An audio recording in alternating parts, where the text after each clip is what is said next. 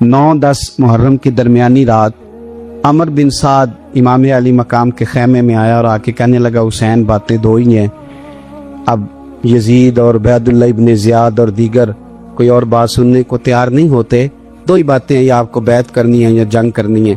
तो इमाम अली मकाम फरमाने लगे कि मुझे एक रात की मोहलत दे दो, एक रात की मोहलत, सवेरे बताऊंगा क्या करना है। 9-10 की दरमियानी रात अमर बिन साद ने कहा ठीक है, मैं सवेरे आ जाऊंगा।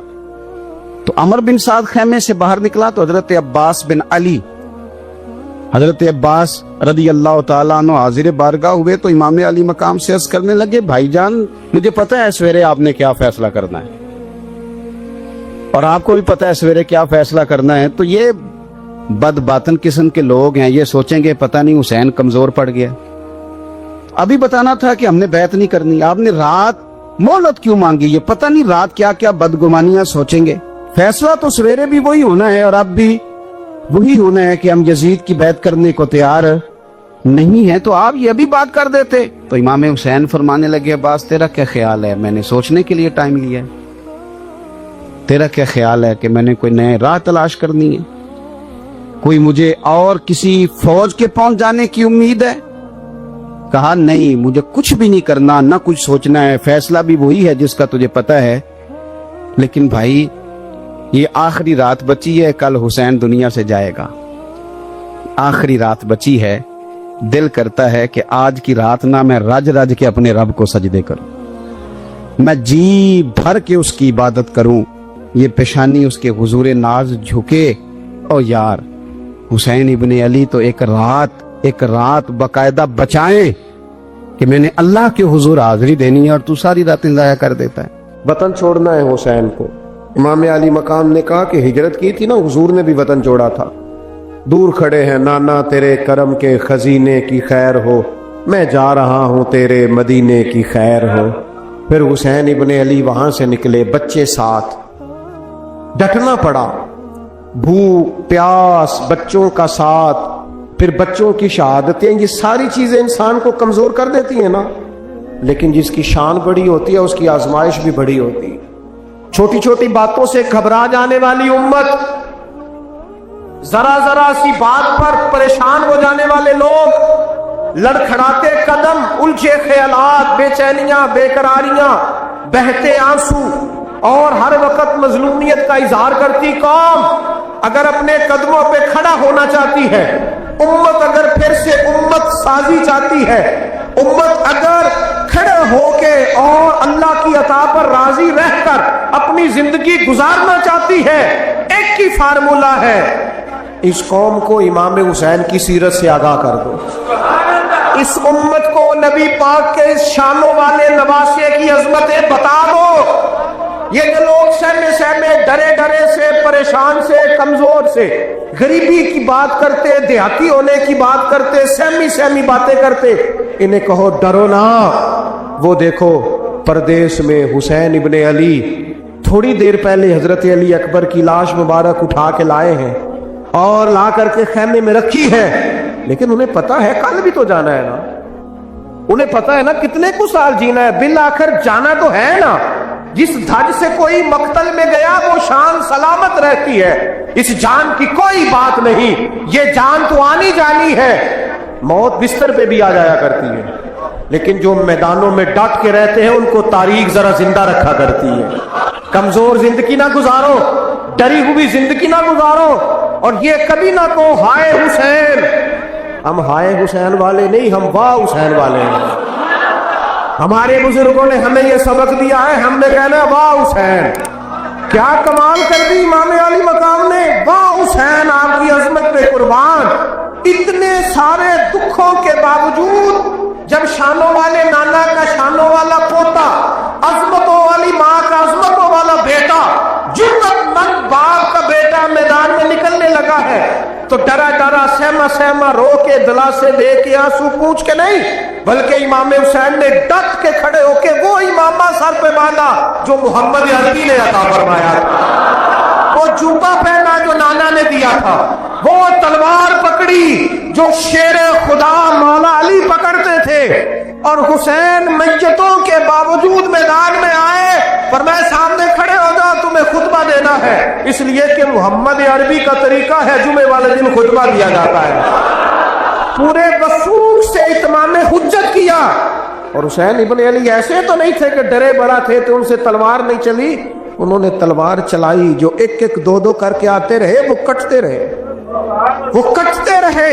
پھر آواز ایک گونجی پیچھے سے، وہ اکیلے اکیلے کیوں جاتے ہو؟ تمہیں پتہ ہے علی کا بیٹا ہے؟ علی کا گھر تو وہ گھر ہے کہ جس گھر کا ہر ایک بچہ جسے دیکھو وہی شیر خدا معلوم ہوتا ہے۔ اکیلے اکیلے جا گے تو تم چہرے کی روشنی نہیں دیکھ رہے، آنکھوں کی سرخی نہیں دیکھ رہے، مزاج کا بلبلا نہیں دیکھ رہے، طبیعت کا باغپن نہیں دیکھ رہے، اور جوانی میں شہادت کی لذت سے آشنا محمد کا نواسا نہیں دیکھ رہے۔ ذرا مل کے جاؤ، ہاں ہاں حسین ابن علی شہید ہوئے ہیں پر شان و شوکت کے ساتھ، ہاں ہاں حسین ابن علی دنیا سے تشریف لے گئے ہیں پر عزت وقار اور عظمت کے ساتھ۔ ہاں حسین ابن علی کا سر کٹا ہے، مخالف نے تو اپنی طرف سے نیزے کی نوک میں چڑھایا تھا، پر حسین کا سر بول بول کے کہہ رہا تھا دیکھ لو میں کٹ بھی گیا ہوں پھر بھی سب سے اونچا ہوں، وہ دیکھ لو میں سب سے اونچا ہوں، سب سے اونچا ہوں میں۔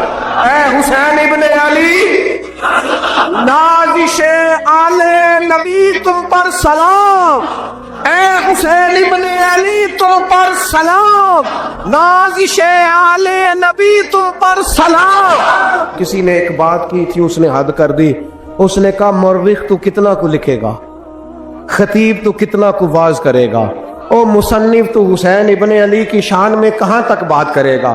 تو میرے امام کا باقپن، ان کی جرت، ان کی طاقت، ان کی ہمت، ان کا کمال، ان کا صبر، ان کی استقامت، ان کا حوصلہ، ان کی جواں مردی، ان کی ہمت کتنی کو بیان کرے گا؟ تو رہنے دے۔ اس نے کہا پھر کیوں رہنے دوں؟ کہنے لگے حسین ابن علی کی شان رفعت کوئی کیا جانے، یہ حسن جانے۔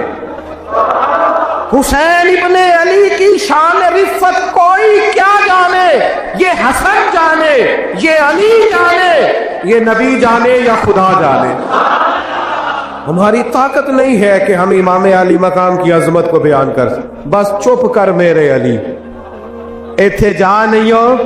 امام کا تذکرہ بندے کو جوان کرتا ہے، باہمت کرتا ہے، جینے کا حوصلہ دیتا ہے، میدانوں میں کھڑا کرتا ہے۔ وہی ہے تیرے زمانے کا امام برحق جو تجھے حاضر و موجود سے بیزار کرے اور موت کی شکل میں دکھلا کے تجھے جلوہ یار زندگی تیرے لیے اور بھی دشوار کرے۔ زند اور پلٹنا، جھپٹنا، جھپٹ کر پلٹنا، یہ لہو گرم رکھنے کا ہے ایک بہانہ۔ لہذا طاقتور بنو، باہمت بنو، کربلا کے واقعے سے طاقت حاصل کرو۔ پھر کہتا ہوں ہم ہائے حسین والے نہیں، ہم تو واہ حسین والے ہیں۔ ہمارا کہنا ہے کہ واہ حسین، اے حسین ابن علی تم پر سلام، نازش آل نبی تم پر سلام۔ ہم کہہ رہے واہ حسین، واہ حسین، واہ حسین، واہ حسین، یا حسین، واہ حسین، یا حسین، واہ حسین، واہ حسین، یا حسین، واہ حسین۔ اپنے مزاج میں طاقت پیدا کرو، اپنے بچوں کو یہ قوت ارادی، قوت فیصلہ آنے والی نسل کو منتقل کریں، یہ ہمت، جذبہ۔ امام حسین نے وطن چھوڑا، کوئی لغزش نہیں پیروں میں، کوئی نہیں، شہزادوں والی زندگی تھی، مسجد نبوی کے امام تھے، نبی کریم علیہ السلام کے روضہ اطہر پر تشریف رکھتے تھے، زمانہ حیا کرتا، شان و شوکت تھی، پر حق کے لیے چھوڑا، نکل کر خانقاہوں سے ادا کر رسم شبیری، اور پھر بڑا مشکل ہوتا ہے۔ اس شخص کے ساتھ بچے اور عورتیں ہوں، وہ تو یہ کہہ کے لڑائی سے جان چھڑاتا ہے کہ میرے ساتھ فیملی ہے، نہ ہوتی تو تجھے بتاتا، پر امام حسین کو اولاد بھی کمزور نہیں کر سکی، عورتوں کا ساتھ ہونا کمزور نہیں کر سکا۔ پھر امام علی مقام بھوک کتنا مشکل کام ہے. آج لوگ کہہ نہیں دیتے کہ میں تو اس لیے گناہ کرتا ہوں کہ رشوت اس لیے لے لیتا ہوں کہ بچے چھوٹے. 10 دنوں کی کم و بیش سفر، 3 دنوں کی بھوک اور پیاس، اور حق کے رستے میں امام حسین کو کوئی چیز کمزور نہیں کر سکی. اور پھر وہ جتنی باتیں لوگ کہہ سکتے تھے وہ ساری کہیں گئیں، ساری. اور آ کے عرض کرنے لگا حضور یہ کوئی معمولی دشمن نہیں، یہ وہ ظالم ہیں جو لاشوں پہ بھی گھوڑے دوڑا دیتے. تو امام علی مقام فرمانے لگے جو شہادت کا جذبہ لے کے نکلے وہ پھر انجام نہیں دیکھا کرتا. وہ انجام، وہ جتنی چیزیں جو استقامت کے رستے میں آ سکتی ہیں وہ ساری چیزیں رستے میں آئیں، پر امام علی مقام نے کسی چیز کی پرواہ نہیں کی. آج کا مسئلہ یہ ہے کہ آج لوگوں میں استقامت نہیں ہے. رات کو کچھ ہوتے ہیں، سویرے کچھ ہوتے ہیں، دوپہر کو کچھ ہوتے ہیں، شام کو کچھ ہوتے ہیں. ہمارا کل انداز تکلم کچھ اور ہوتا ہے، صبح کچھ اور ہوتا ہے. امام علی مقام میدان میں رہے، ایک میت گھر میں ہو جائے تو کئی دنوں تک آنکھ کھلتی نہیں، ہوش رہتا نہیں. سب سے زیادہ مصائب امام حسین نے دیکھے، سب سے زیادہ. اور گھوڑے پر بیٹھنے سے پہلے ساری تکلیفیں آپ دیکھ چکے تھے. باپ کا جنازہ اٹھانا آسان ہوتا ہے، بیٹے کا جنازہ اٹھانا بڑا مشکل ہوتا ہے. پر امام حسین نے بیٹوں کے جنازے اٹھائے. حضرت علی اصغر کی لاش کو امام حسین نے اپنے دست مبارک سے دفن کیا، اور جناب علی اکبر کی میت کو جب آپ اٹھا کے لا رہے تھے تو سیدہ زینب فرماتی ہیں کہ مجھے یوں کبھی لگتا تھا حسین کا قد بڑا ہے اور کبھی لگتا تھا علی اکبر کا قد بڑا ہے. اور فرماتی ہیں کہ پھر حضرت قاسم بن حسن کو بھی وہ اٹھا کے لائے، اور جناب عباس کے وجود سے الگ ہونے والے بازو انہوں نے لا کے حضرت عباس کے وجود کے ساتھ بھی رکھے. انہوں نے یہ سارا منظر دیکھا. لیکن جب حسین ابن علی اپنی دفعہ گھوڑے پہ سوار ہوئے تو لگتا یہ تھا کہ ان سے زیادہ بہادر کوئی نہیں. ایک جملہ بھی یزیدی فوج کے سامنے امام حسین نے کمزور نہیں کہا، ایک جملہ بھی، ایک فکرہ بھی کچا نہیں بولا، کہیں بھی کوئی منت نہیں کی، کسی جگہ بھی ان کے پائے استقلال میں کوئی لغزش نہیں آئی. جب لوگوں کو پتہ چل جائے کہ اب سامنے موت ہی موت ہے، سوائے اس کے چارہ کچھ بھی نہیں، تو بہت سج رخصت اور اجازت تو دین بھی دیتا ہے. پر امام حسین کسی جگہ کسی رخصت پر عمل کرتے نظر نہیں آتے. ڈٹ کے بات کی، ڈٹ کے. اور پھر جب میدان میں نکلے، اللہ اکبر.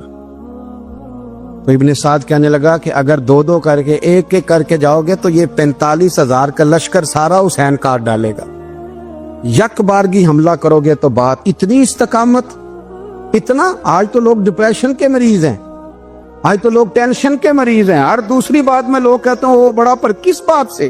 مطلب کیا آپ نے زندگی میں صرف جاب نہیں مل رہی، صرف بیماری آ گئی، صرف خرچہ نہیں گھر میں بڑا کس بات کا ڈپریشن؟ امام حسین کی زندگی بتلاتی ہے وہ لوگ بھی کوئی دنیا میں کمال حاصل کر سکتے ہیں جو چھوٹی چھوٹی بات پہ روتے ہیں. مال بھی ہے، جوانی بھی ہے، گھر بھی ہے، مکان بھی ہے، بچے بھی ہیں، عزت بھی ہے، صرف پیسے نہیں. اور انسان ہے کہ آنکھیں نہیں کھل رہی، وہ سمجھتا ہے میں کسی کام کا ہی، فقط پیسے نہیں بس. او خدا کے بندو، امام علی مقام نے فرمایا سارا کچھ لٹا کے بھی جو میدان میں کھڑا رہے اسے حسین ابن علی کہا جاتا ہے، اسے حسین ابن علی کہا جاتا ہے. حسین ابن علی کی شان رفت کوئی کیا جانے، حسن جانے، علی جانے، نبی جانے، خدا جانے، کون جانے امام علی مقام کا معیار. تو امام حسین رضی اللہ تعالیٰ عنہ کی زندگی ہمیں بتاتی ہے کہ ذوق والی عبادت کرو. امام حسین کی زندگی ہمیں بتاتی ہے کہ جب تم سخاوت کرو تو پھر اپنی حیثیت سے بڑھ کر کرو. اور امام حسین کی زندگی ہمیں بتاتی ہے کہ دل میں کسی کے لیے کوئی بات نہ رکھو، صلح کرنے میں پہل کرو، محبتیں کرنے میں آگے بڑھو. اور امام حسین کی زندگی ہمیں بتلاتی ہے کہ جب دنیا میں تم نے کچھ کرنا ہے تو پھر ڈٹنا بھی سیکھو، پھر کھڑے ہونا بھی سیکھو. یہ نہ دیکھو کہ حالات. امام حسین نے ایک دن بھی حکومت نہیں کی، یزید نے 4.5 سال کی، لیکن قیامت تک دلوں پہ حکومت امام حسین کی رہے گی، امام حسین کی رہے گی، اس لیے کہ ان میں استقامت تھی. امام حسین کے ساتھ اس وقت 72 لوگ تھے، لیکن آج کائنات کا ذرہ ذرہ امام حسین کے ساتھ ہے. میں اکثر گزارش کرتا ہوں دوستوں سے، میں کہتا ہوں کربلا کا واقعہ کوئی حادثاتی نہیں ہے، اس کے پیچھے پوری ایک لاجک ہے، اس کے پیچھے پورا ایک فلسفہ ہے. ऐसे ही कोई आदमी 3 दिन भूखा प्यासा रह सकता है? किसी आदमी को सुबह उसने खाना खाया और शाम तक खाना न मिले तो टांगे कांपती हैं। रमजान मुबारक में इबादत की नीयत से रोजा रखने वाले भी शाम को बड़े परेशान हो जाते, और मुसलसल 3 दिन खाना ना खाया जाए और पानी ना पिया जाए, और हाल ये है कि वही आदमी तलवार लेके मैदान में निकले और उसकी हालत ये हो कि लोग उसके आगे दौड़ना शुरू कर दें। हजारों की फौजें ताब ना ला सके। अली का घर भी वो घर है कि जिस घर का हर एक बच्चा जिसे देखो वही शेरे खुदा मालूम होता है। ये कोई आसान है? इसके पीछे पूरी एक इसके पीछे फलसफा है। इमाम राजी की तफसीर कबीर देखिएगा। इमाम राजी कहते हैं कि सैयदा फातिमा ज़हरा रदी अल्लाह ताला अन्हा के दोनों शहजादे हसनैन करीमैन बीमार हो गए तो सैयदा ने मन्नत मांगी कि बच्चों को शिफा होगी तो 3 रोजे रखूंगी। शिफा हो गई, रोजे भी रख लिए। और जब मौला अली शेर खुदा रोजा रखने के लिए बेदार हुए, सैयदा फातिमा ज़हरा बेदार हुई तो इमाम हसन और हुसैन भी उठ गए। 7-8 साल की उम्र, अम्मा जी हमने भी रखना है। सुबह खजूर और दूध से रोजा रख लिया गया। ऐन इफ्तारी के वक्त मौला अली कहते हैं फाके चल रहे थे, कहीं से मैं जौ लाया थोड़े से। सैयदा फातिमा ज़हरा ने पीस कर रोटियां पकाई। वो वक्त जो बड़ा मुश्किल होता है इफ्तार का, कहते हैं उस वक्त जब खाने के लिए बिल्कुल हाथ आगे बढ़ने लगे और उम्मीद थी कि अभी सैयदना बिलाल अल्लाह अकबर कहेंगे तो रोजा खुलेगा, लेकिन अभी चंद ही मिनट रहते थे कि दरवाजे पर एक फकीर ने सदा दी। कहने लगा सारे मदीने के दरवाजे खटखटा आया हूं, कहत है फाका है, ए रसूलुल्लाह के खानदान वालों, मैं यतीम हूं। किसी ने बताया है कि और कोई दरवाजा खुले ना खुले, सैयदा का दरवाजा तेरे लिए जरूर खुलेगा।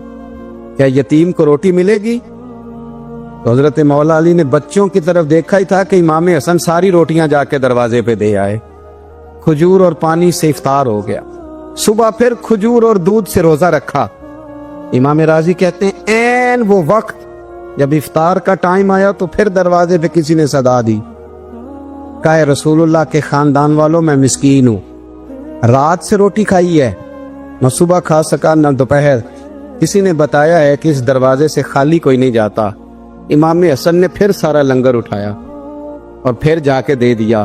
तीसरा दिन फिर हुआ। मुझे लगता है जब इफ्तार का टाइम आया होगा ना तो ये खुद ही सारे दरवाजे पे देखते होंगे, ये कोई आया नहीं लेने वाला अभी तक। लगता है कि नजरें दरवाजे पे थी।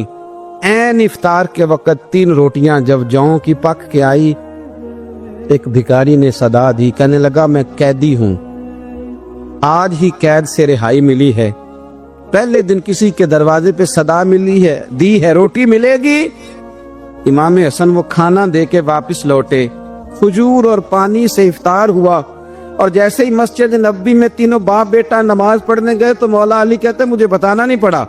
रसूल करीम ने मेरी तरफ देख के फरमाया, अली तेरा, फातिमा का, हसन और हुसैन का 3 दिन वाला अमल खुदा को भी बड़ा पसंद आया है और मोहम्मद मुस्तफा को भी बड़ा पसंद आया, बड़ा पसंदीदा अमल। मैं कहता हूँ कि हजरत फातिमा ने ना उनकी तरबियत पहले ही कर दी थी। 3 दिन बगैर इफ्तार के रोजा रखने की वो ट्रेनिंग घर से हो चुकी थी। अब मैदान करबला में 3 दिन भूखा प्यासा रहना उनके लिए मुश्किल नहीं था। वो तो उन बच्चों के लिए मुश्किल होता है जो खाना देर से पकने से बर्तन तोड़ने शुरू कर देते।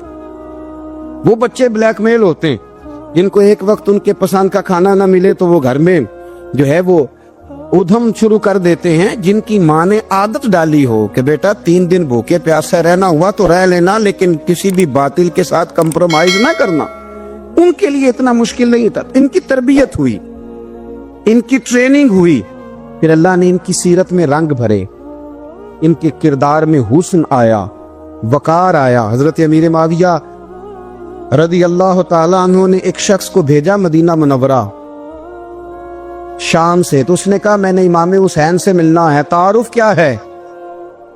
जनाब अमीर माविया फरमाने लगे मस्जिद नबी में जाना जिसके गिर्द लोग सबसे ज्यादा अदब से बैठे हों और जिसकी बातें सबसे ज्यादा मीठी हों और जिसकी नजरें सबसे ज्यादा झुकी हों और जिसके चेहरे पर तुम्हें सबसे ज्यादा वकार नजर आए, वही अली के बेटे हुसैन होंगे।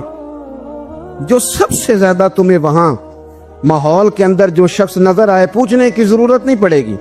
वो शख्स कहता मैं मदीने आया तो मैंने वाकई एक शख्स को देखा, शहद के गिर्द मक्खियों का इतना हुजूम नहीं होता जितना इमाम हुसैन के गिर्द रसूलुल्लाह के गुलामों का हुजूम था, लेकिन नजरें झुकी हुई, बातें मीठी, लहजा गुदाज गुदाज, लफ्जों में रानाई, और लोग कई बातें पूछते तो अली के साहिबजादे एक का जुमला बोलते तो लगता ये कि वो जुमला सीधा दिल में उतरता चला जाता है। इमाम अली मकाम के किरदार में ना कुछ बातें बड़ी ज्यादा थी, बहुत ज्यादा थी, बड़ा हुस्न था। एक बात तो ये थी इमाम हुसैन रदी अल्लाह तआला अन्हु का इल्म फजल बड़ा कमाल का था। इमाम हुसैन के इल्म से फजल से लोग फैज उठाते थे। फिर उसके साथ साथ इमाम हुसैन का ज़ौक़े इबादत बड़ा शानदार था, बड़ा जबरदस्त ज़ौक़े। अल्लामा जौज़ी ने लिखा है वकान अल हुसैन रदी अल्लाह तआला अन्हु फादिलन कसीर सौमे व सलाते वल हज्जे व सदकाते व अफ़आलिल खैर जमीया। आप फरमाते हैं कि इमाम हुसैन ज्यादा नमाजें पढ़ने वाले थे, कसरत से सजदे करने वाले, कसरत से रोजे रखने वाले, ज्यादा हज करने वाले, और इमाम हुसैन सदका देने वाले और नेकी के कामों में शिद्दत करने वाले। इमाम हुसैन का जो ज़ौक़े इबादत था वो इतना शानदार था कि आप फर्द नमाज के अलावा रोजाना 100 रकत नमाज नफल अदा फरमाया करते। और इमाम हुसैन फरमाते जिंदगी में कभी ऐसा नहीं हुआ कि 3 दिन गुजर गए और हुसैन का कुरान पाक खत्म ना हुआ। 25 हज किए इमाम हुसैन ने मदीना मुनव्वरा से मक्का मुकरमा पैदल जाके, 25 हज। अब तो निस्बत वाले लोगों को इबादत की जरूरत नहीं ना, इल्ला माशाअल्लाह, कहते हैं निस्बत बड़ी है। भाई जिनकी निस्बत इतनी खास थी कि हुजूर ने फरमाया ये फातिमा के नहीं मेरे बेटे हैं, उनका तो हाल ये है कि फर्ज के अलावा 100 नफल, 3 दिन से पहले खत्मे कुरान पाक, 25 हज फरमाए। तू किस निस्बत की बात करता है? ये निस्बतें तो हैं जो इंसान को इबादत के करीब करती हैं। लोगों ने मेयार ही बदल दिया है। हजरत सैयदना इमाम हुसैन की शहादत के बाद हजरत अब्दुल्लाह इब्न ज़ुबैर रज़ी अल्लाह तआला अन्हु ने कातिलाने हुसैन से खिताब किया और फरमाने लगे अल्लाह की कसम तुमने उस शख्स को शहीद किया है जो रातों को लंबे लंबे क़याम करता था, और तुमने उस शख्स को शहीद किया है जिससे मैं दिन में जब भी मिलता था तो वो रोजे से होता था। तुमने उस शख्स को शहीद किया जो कायमुल लैल था, साइमुद दहर था, उस शख्स को तुमने शहीद किया। आपको पता है कि मैदान करबला में जब 9 मुहर्रम को इब्न साद ने इमाम हुसैन से कहा कि जंग करो, अगर यजीद की बैत नहीं करनी तो इमाम हुसैन ने फरमाया एक रात की मोहलत दे दो, एक रात की मोहलत दे दो। हजरत इमाम ज़ैनुल आबिदीन कहते मैंने अपने वालिद गिरामी से अर्ज की कि अब्बा जी आप जिहाद से दूर जाने वाले तो हैं नहीं, आप तो जिहाद से प्यार करने वाले, और ये भी पता है मुझे कि ये जंग अब हो के रहेगी, तो एक रात की मोहलत देने का माना क्या है? भाई कल भी लड़ना है और रात भी लड़ना है, तो अब्बा जी एक रात की मोहलत। तो सैयदना इमाम हुसैन रज़ी अल्लाह तआला अन्हु फरमाने लगे बेटा रात की मोहलत इसलिए ली है कि मैं आज रात खुल के अपने रब की इबादत कर लूं, मैं इस्तिगफार कर लूं, मैं लंबे सजदे करूं। और कहा ज़ैनुल आबिदीन तो जानता है ना कि मुझे नमाज से, तिलावत से, दुआ से और इस्तिगफार से बड़ा प्यार है। नमाज से मुझे प्यार है, दुआ से मुझे प्यार है, इस्तिगफार से मुझे प्यार है। फरमाया बेटा मैंने इसलिए नहीं कि मैं चाहता हूं एक रात और दुनिया में रहूं। तो इमाम ज़ैनुल आबिदीन फरमाते इमाम अली मकाम ने सजदे पहले भी बड़े किए, पर 9-10 की दरमियानी रात जो उनके सजदे थे वो मैंने कभी नहीं देखे। फरमाते तयम्मुम के साथ वो रात की जो इबादतों का रंग था वो मैंने कभी नहीं देखा। इमाम अली मकाम का इबादत का ज़ौक़ था, शौक था, लज्जत थी। आप यकीन करें ऐसे ऐसे अजीब बहाने हम लोगों कहते मेरा नमाज में दिल नहीं लगता, तो मैं कहता हूं तेरा गपशप में किस तरह लगता है, तेरा मोबाइल पे कैसे लगता है भाई? ये तो भाई ज़ौक़ की बात है। इमाम हुसैन कहते हैं मुझे कुरान पाक से प्यार है, मुझे तिलावत से प्यार है, मुझे दुआ से प्यार है, मुझे इस्तिगफार से प्यार। भाई जिसको जिस चीज से प्यार होगा दिल लग जाएगा। हमने कभी प्यार किया ही नहीं इससे, जिन चीजों से प्यार है वहां दिल लग जाता है। ये एक बहाना है, वरना कसरत से इबादत करना, ज़ौक़ पैदा करना, ये तो अहलुल्लाह का तरीका है। वल्लज़ीना यबीतूना लिरब्बिहिम सुज्जदम व क़यामा, رب کے بندوں کی علامت یہ ہے کہ وہ راتیں سجدے اور قیام میں گزار دیتے ہیں۔ تو امام حسین کی سیرت کا کمال ہے کہ ذوق عبادت رکھتے تھے۔ دوسری بات جو امام علی مقام کی سیرت میں بڑی شاندار ہے وہ یہ ہے کہ سخی بڑے تھے۔ ایک قول سنانا ہے آپ کو امام حسین کا، اور خواہش میری یہ ہے کہ میرے حاضرین اور ناظرین اس قول کو رٹا لگا کے یاد کریں، اس قول کو انشاءاللہ۔ یہ قول جو امام حسین کا ہے نا جی، یہ جس دن مجھے ملا تھا نا تو میں نے بھی رٹا لگا کے یاد کیا تھا، اور میرے پاس جتنی ڈائریاں ہیں شاید میں نے سب میں لکھا ہے۔ امام علی مقام رضی اللہ تعالیٰ عنہ فرماتے تھے اللہ کی رضا کے لیے کسی شخص کی ایک حاجت پوری کر دینا 1 مہینہ مسجد میں اعتکاف کرنے سے زیادہ درجہ رکھتا ہے۔ ایک بندے کی ایک حاجت پوری کر دینا 1 مہینہ پورا مسجد میں اعتکاف کرنے سے زیادہ درجہ رکھتا ہے۔ خدا کے بندے تو ہیں ہزاروں اور بنوں میں پھرتے ہیں مارے مارے، میں اس کا بندہ بنوں گا جس کو خدا کے بندوں سے پیار ہوگا۔ کسی بندے کی ایک حاجت پوری کرنا 1 مہینہ اعتکاف میں بیٹھنے سے زیادہ افضل ہے۔ اسی لیے تو میرے حبیب کریم علیہ السلام نے فرمایا تو رب کے بندوں کی حاجتیں پوری کرنے میں لگ جا، رب تیری حاجتیں پوری فرما دے گا۔ امام علی مقام فرماتے تھے ایک حاجت کسی کی پوری کرو۔ حضرت جناب سیدہ زینب بنت ابی رافع کہتی ہیں کہ سیدہ فاطمہ الزہرا ایک دن اپنے دونوں شہزادوں کو لے کے، جب حضور کی طبیعت مبارک بظاہر علیل تھی جس میں حضور کا وصال ہوا، دونوں شہزادے لے کے سیدہ فاطمہ نبی کریم کی بارگاہ میں گئیں، کہنے لگی یا رسول اللہ میرے بچوں کو کچھ دیجئے سیدہ پاک۔ تو حضور اٹھ کے بیٹھ گئے، اس کندھے سے امام حسن کو لگایا اور اس سے امام حسین کو لگایا اور فرمایا فاطمہ یہ جو میرا حسن ہے نا اس کو میں اپنی ہیبت اور سرداری دیتا ہوں، اور فرمایا یہ جو میرا حسین ہے نا حسین کو میں اپنی جرت اور سخاوت دیتا ہوں، میرا حسین جرت مند ہوگا اور سخی ہوگا۔ داتا گانج بخش علی حجویری، امام الاولیاء، سید الاسفیاء، داتا صاحب کشف المعجوب میں فرماتے ایک دن نا امام حسین کے پاس ایک شخص آیا بڑی دور سے کچھ مانگنے، کہ حضور کچھ دیجئے۔ وہ شخص کہتا ہے کہ میرا ظرف یہ تھا کہ 4-5 دینار ملیں گے۔ تو امام حسین فرمانے لگے تھوڑی دیر بیٹھ جا، رزق آ رہا ہے۔ تو امام حسین کو حکومت وقت کی طرف سے نا 5 تھیلیاں ملی جس میں ایک تھیلی میں 500 اشرفیاں تھی۔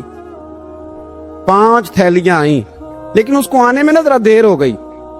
وہ 5 تھیلیاں جب آئی نا تو امام حسین اس کی طرف 5 تھیلیاں بڑھا کے نا، ذرا دیکھنا میری طرف غور سے، 5 تھیلیاں بڑھا کے نا تو فرمانے لگے میاں جتنا تجھے انتظار کرایا نا اتنی ہم تیری حاجت پوری نہیں کر سکے، تو یہ نہ محسوس کرنا کہ حسین کے دروازے پہ بیٹھا بھی رہا ہوں تو ملا کیا ہے، یہ نہ محسوس کرنا۔ وہ شخص کہتا ہے جب میں نے وہ تھیلیاں کھولی اور پھر میری نظر امام حسین پہ پڑی تو میرے اندر سے آواز آئی اگر حسین ابن علی اتنے سخی ہیں تو محمد عربی کتنے سخی ہو۔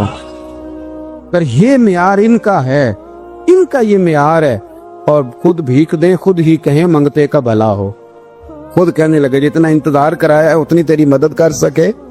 یہ سخاوت کا معیار تھا، یہ طریقہ تھا۔ ایک دفعہ سیدنا امام حسین رضی اللہ تعالیٰ عنہ کے گھر کے اندر نا 5000 دینار آئے، مسجد میں تھے، آپ کو 5000 دینار ملے تو امام زین العابدین کہتے ہیں کہ مسجد سے لے کر گھر آنے تک امام حسین نے 5 کے 5000 اللہ کے رستے میں خیرات کر دی۔ فرماتے میں نے کہا ابا جی 5 دینار کی گھر میں ضرورت تھی، مالاں والے سخی نہیں ہوندے تے سخیاں کل مال نہیں ہوندا، ایتھے اوتھے دوویں جہانی سخی کنگال نہیں ہوندا۔ تو ابا جی 5 دینار کی گھر میں ضرورت تھی، تو کہتے ہیں مجھے فرمانے لگے بیٹا یہ جن کو میں نے دیا ہے نا یہ گھر کے لیے ہی دیا ہے، یہ گھر کے لیے ہی دیا ہے، جن کو دیا ہے تمہارا کیا خیال ہے یہ باہر خرچ ہوا ہے، یہ گھر کے لیے ہی ہے۔ اس لیے کہ جب انسان دوسروں پر شفقت کرتا ہے تو اللہ اس کے گھر پہ رحمت فرماتا ہے۔ امام حسین کی مزاج میں پہلی بات میں نے ذوق عبادت کی عرض کی، دوسری بات عرض کر رہا ہوں کہ صحابہ حضرت اسامہ بن زید بڑے پیارے ہیں میرے نبی کریم کے، بڑے پیارے۔ حضرت اسامہ بن زید کے بارے میں سیدہ عائشہ صدیقہ فرماتی ہیں ان کے ناک سے اگر ریٹھ نکلتی تھی تو اللہ کے رسول اپنے دستے مبارک سے صاف کر دیتے تھے۔ اور سرکار فرماتے تھے کہ اگر اسامہ لڑکی ہوتا نا، ان کے غلام کے بیٹے تھے حضرت زید بن عامر، اگر یہ لڑکی ہوتا میں اسے زیور پہناتا. بڑے پیارے تھے. لیکن جب ان کا آخری وقت آیا نا تو 60,000 دینار کا قرضہ تھا. رشتہ داروں سے کہا، دوستوں سے کہا، یاروں سے کہا